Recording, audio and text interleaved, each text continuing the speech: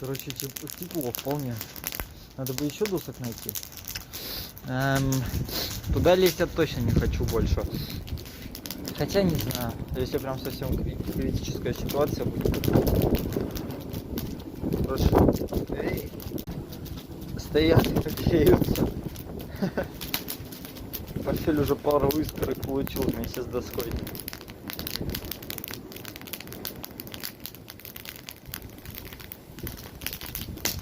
Конечно, не очень безопасно, но вроде норм.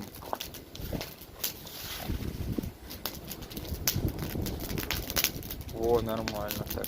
Короче, я решил умно поступить и сел с другой стороны, ибо этот дым, он просто лютый, в глаза попадает, жесть. Ну и ладно, не хочет гореть. Вот так.